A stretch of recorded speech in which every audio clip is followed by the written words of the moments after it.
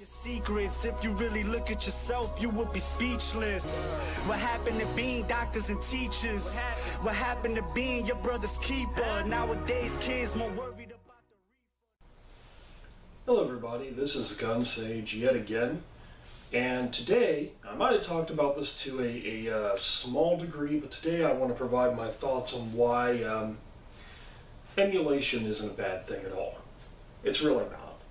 I'm going to try to be brief about this because it's fucking cold in here today. I mean, it's fairly cold outside, but also the furnace over here does not work in the garage currently.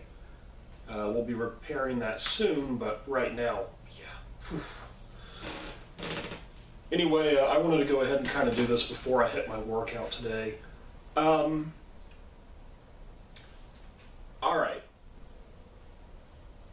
I first got into emulation in the late 90s because, well, basically I browsed around on the internet and I happened to stumble across it at some point because I was looking for video games for free. That's how I got into a lot of like abandonware and different stuff like that. So I felt bad, kind of, initially because I basically downloaded any goddamn game I wanted, pretty much everything, for the old NES. And then I started trying to do it for the Super Nintendo, but the problem is my computer really, it wasn't working very well with ZSNES, which is my emulator of choice for, emulation for the Super Nintendo. At least back in those days. I mean, now it runs great. I really don't have any issues with it. Some games have an issue with it, and then I got to do SNES 9X instead, but yeah. So, in order to understand why I think people need to lay off of all the hate for emulation, we need to understand how the market works for gaming, specifically. Okay. So, you make a game, right? And I'm not going to go into like the man hours and what all, financial backing and everything you need in order to develop the product, the legalities of that, and the whole 9 yards. I'm not going to go into that.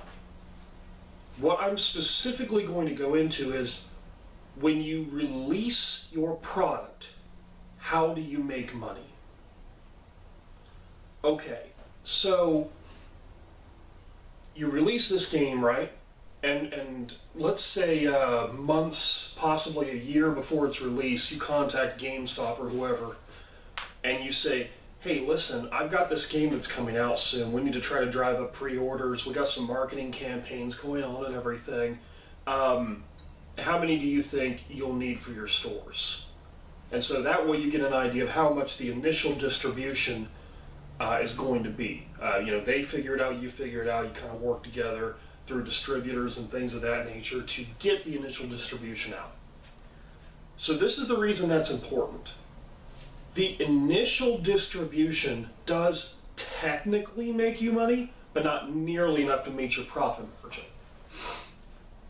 Okay, so where you actually make money is on continued distribution. You make more and more money on the distribution. Now here's what that means. If you walk into a GameStop today and you buy a brand new game, and I mean brand new, like literally within a week of it being released, your money doesn't actually go to the game company. Your money goes to GameStop. GameStop makes a decision based on how many products were sold, whether they're going to get more distribution. They go through the distributors to get those copies distributed to them, and that is how the game company makes money, eventually. You see how this is kind of all tied up in knots and everything as far as how they make money? And the problem is that, oh yeah, it was $60 that it was sold at GameStop for, but that doesn't mean the game company made $60 off of that. They made far less, because you have to go through the distribution and the licensing and the whole 9 yards and everything, and it's a fucking mess. I've heard in some cases, oh yeah, we only really make a penny for every game that's sold. I don't know how accurate that is, I would say it's probably not very accurate, but that's what I've heard. I've heard that before. So here's the deal. They make it based off of continued distribution. What does that mean? It means that if I go out to a GameStop today and I go in there and I see a copy of Fallout 3 for the Xbox 360 and I go, "Gotcha, bitch!" and I go ahead and run away from it, and I steal that copy, who does that hurt? Well, it doesn't hurt Bethesda in the slightest. Because they literally would not have received any money if that game sold. They wouldn't have received any money if 100 copies of it sold nationwide right now. They wouldn't make any money off of it from the physical distribution angle. Now, yes, there's digital distribution. We're not talking about that yet. From a physical distribution angle, they make no more money. The only people that are making the money are the people that are trading, the money's trading hands with. And in this case, that would be GameStop or wherever you just ripped off. You get what I'm saying? So in essence, you are hurting the game industry by emulating because you're hurting the resellers. You're hurting the people who have it on their shelves available to sell, except you're not. See, what you're doing is you are preventing an additional sale from you personally to them. But that's it. If you had no intention of buying in the game in the first place, you're not actually hurting anybody. You see what I'm getting at? Because what it comes down to is, if you had every intention of going there, but you went, "No, I'm going to emulate," that is the only case in which you are hurting them. But you're really not. That's why it's so weird whenever people say, "Emulation's hurting the industry." The only case where I could clearly say that I emulated and felt bad about it, so don't know how familiar you are with the Shin Megami Tensei series, but Devil Survivor 2 had come out for the DS. It was like one of the last titles I think they made for the DS. It came out, and literally within the week, I think within 48 hours of it coming out, I had an English version of it on my DS emulation library. Yeah, technically, I felt bad about that.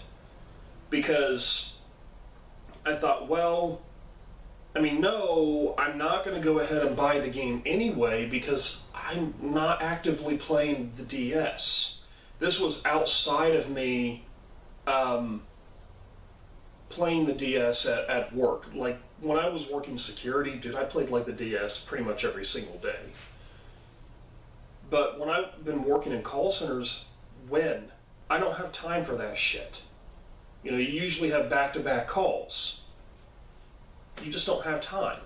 I mean, I've actually been doing more on my smartphone, doing Picross and all this other shit, rather than, fucking video games. I don't have time for that shit. I can't possibly focus on a call and play video games at the same time. I can do puzzles, but I can't, be sitting there, doing, strategy RPGs and shit. It's just not going to happen. So I kind of don't feel bad, because they wouldn't have gotten a sale from me anyway. I would have felt dumb going ahead and buying that game. There was no way I was going to buy it. Now, I understand from the legal aspects and everything, well, that was wrong, I should not have done that. Okay, fine, I get that. But I'm not talking about the legal aspect. I'm talking about the profit aspect. Atlas would not have made money off of me for that game anyway, because I would not have bought it. Even though I was interested in the game, I would never have purchased it, because I would never have played it the way they would have wanted me to in the first place. Actually, I'm pretty sure Atlas really didn't give a shit, one way or the other, whether I would have played it the way they wanted it or not, because their official stance would have been, you needed to buy the game. I get that. I did need to buy the game. I should have bought the game. I didn't buy the game. I didn't hurt you by not buying the game because I wasn't going to buy the game anyway. Do you see the problem here? At the end of the day, I wasn't going to buy the game anyway.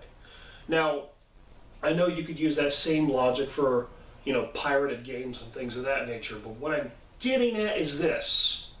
If you pirated a game because you were going to try it, and then you ended up liking it, you should probably buy the game. Especially if it's a game that's still available for digital download and the whole 9 yards and everything, because yes, the company is going to continue to make money off of that, and that's another reason why so many GameStop locations are closing, and it just warms my heart, because I could give a fuck about GameStop.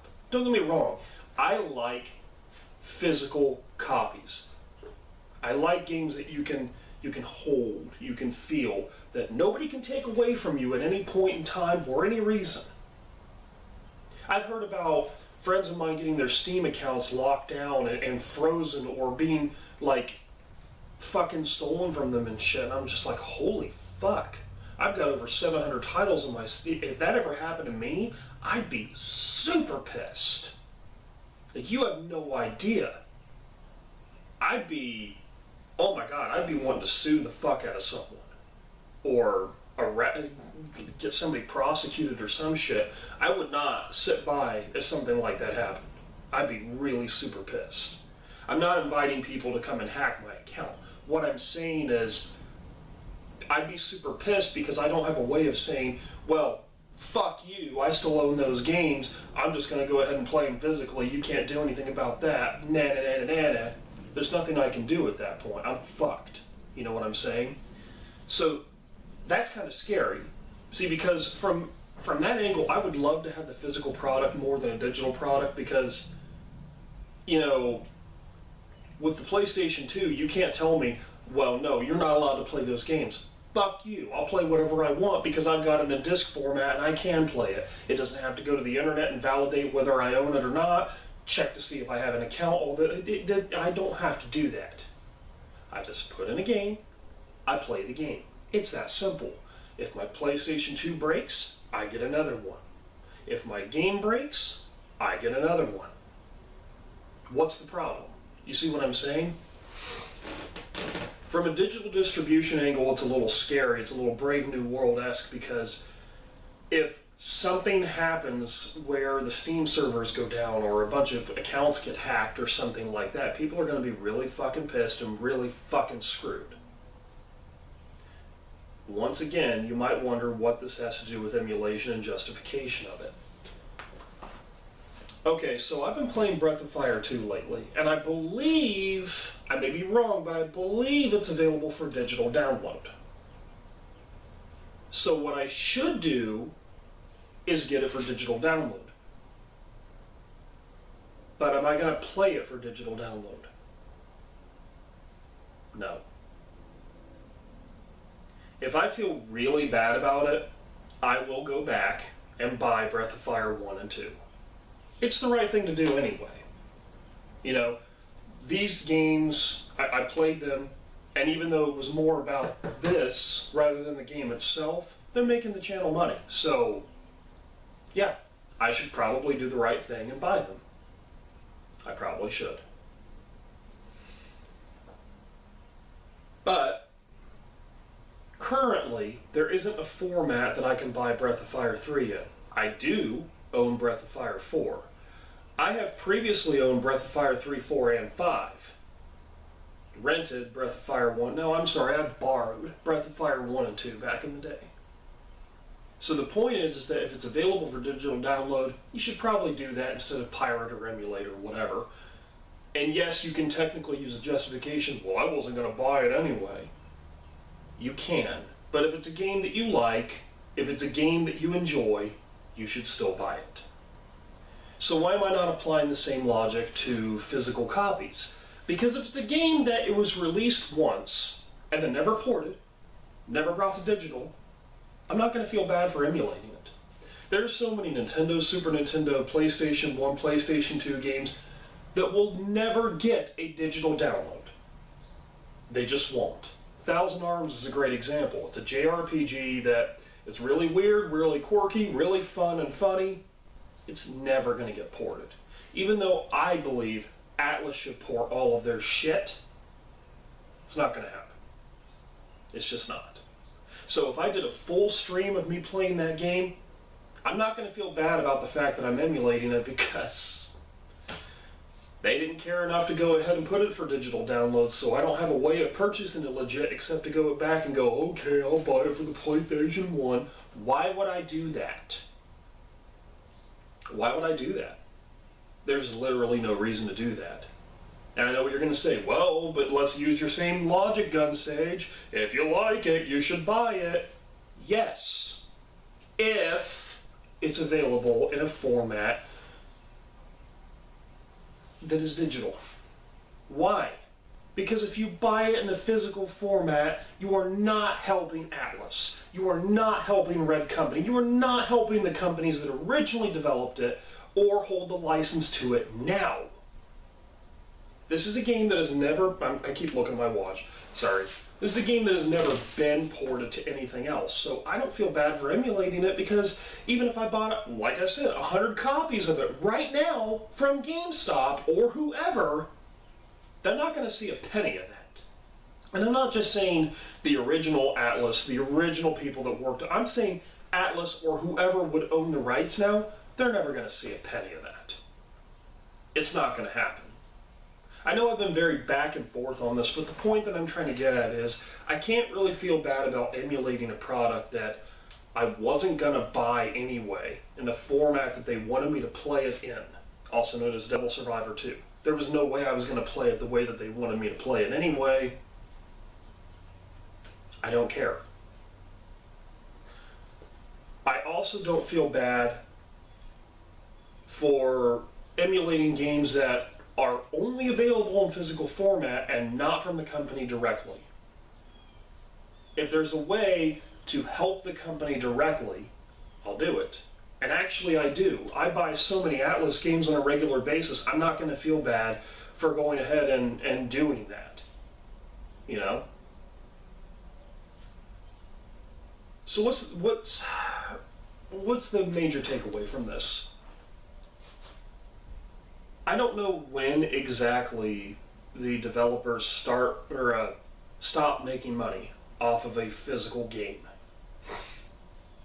I don't know. It could be a year after it's made. It could be 2 years. I honestly don't know. We're rapidly getting to the point where everything's going to be digital download anyway. But let's say 10 years from now, a game isn't even on the digital downloads market, and you choose to emulate it or whatever. That company no longer has a storefront for that game specifically. So you're not hurting them. That's the point. You have to achieve it by other means. Like, okay, I'm just going to real quickly jump into this. Hopefully I haven't run up on my time too much. There was a situation that occurred a while back where I could not get Dark Souls working on the PC because it required Games for Windows Live, a service that no longer worked, in order to do the autosave. In other words, you would play the game and it would never save. What? So you had to do this stupid, huge roundabout method to make it work. Now, Steam rectified the situation like a year later, but the point is that I didn't know this going into buying the game. There was a point before I figured out how to fix it that I was ready to download it illegally and hack it so that it would work properly. And there was a part of me that really didn't want to do that, and then I thought, wait a minute, I already bought this game. In fact, I bought this game twice. I bought it for the 360. My 360 guy went, well, fuck you, and went ahead and sold it to someone else. Now I've bought it for digital download, a totally different version and everything for the PC, and it doesn't fucking work. I own the game. I legally own the game. I will play it however the fuck I want.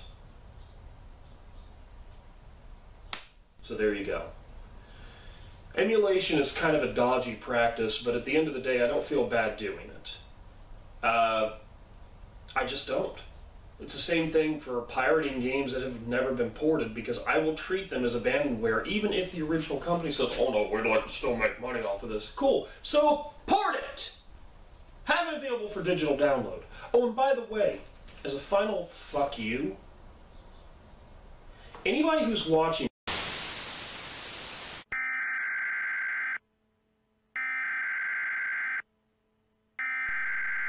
We interrupt our program to bring you this important message.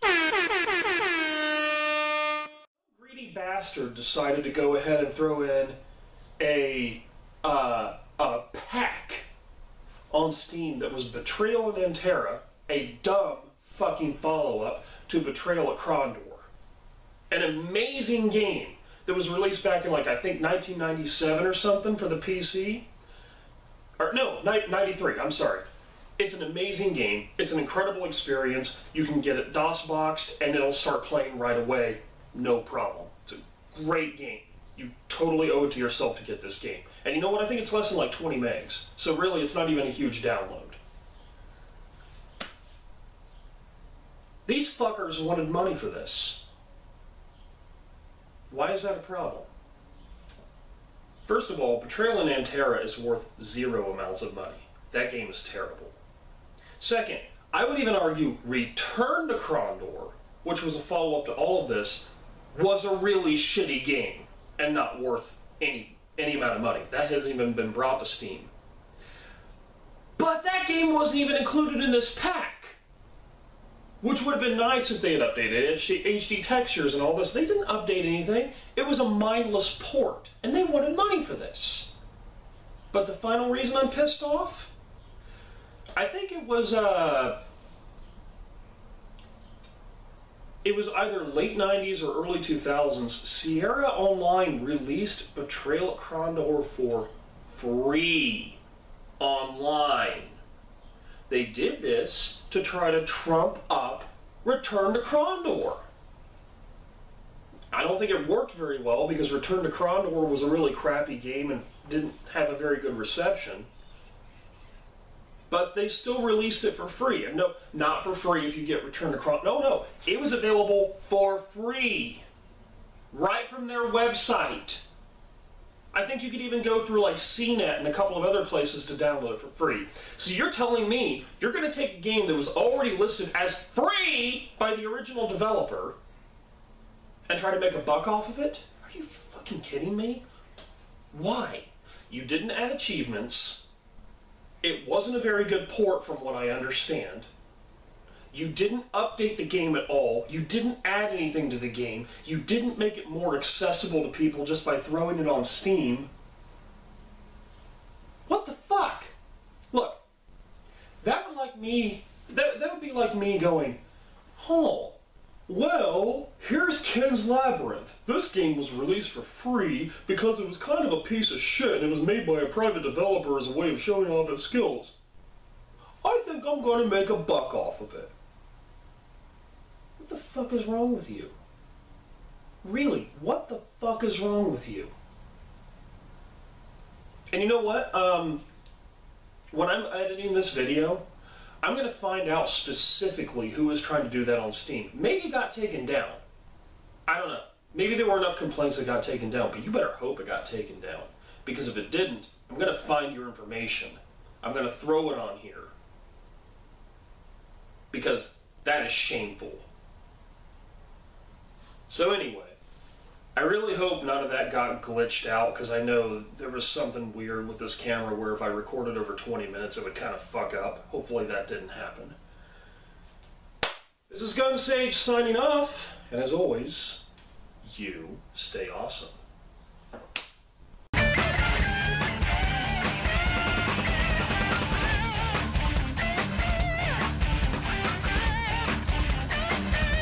Secrets. If you really look at yourself, you would be speechless. What happened to being doctors and teachers? What happened to being your brother's keeper? Nowadays kids more worried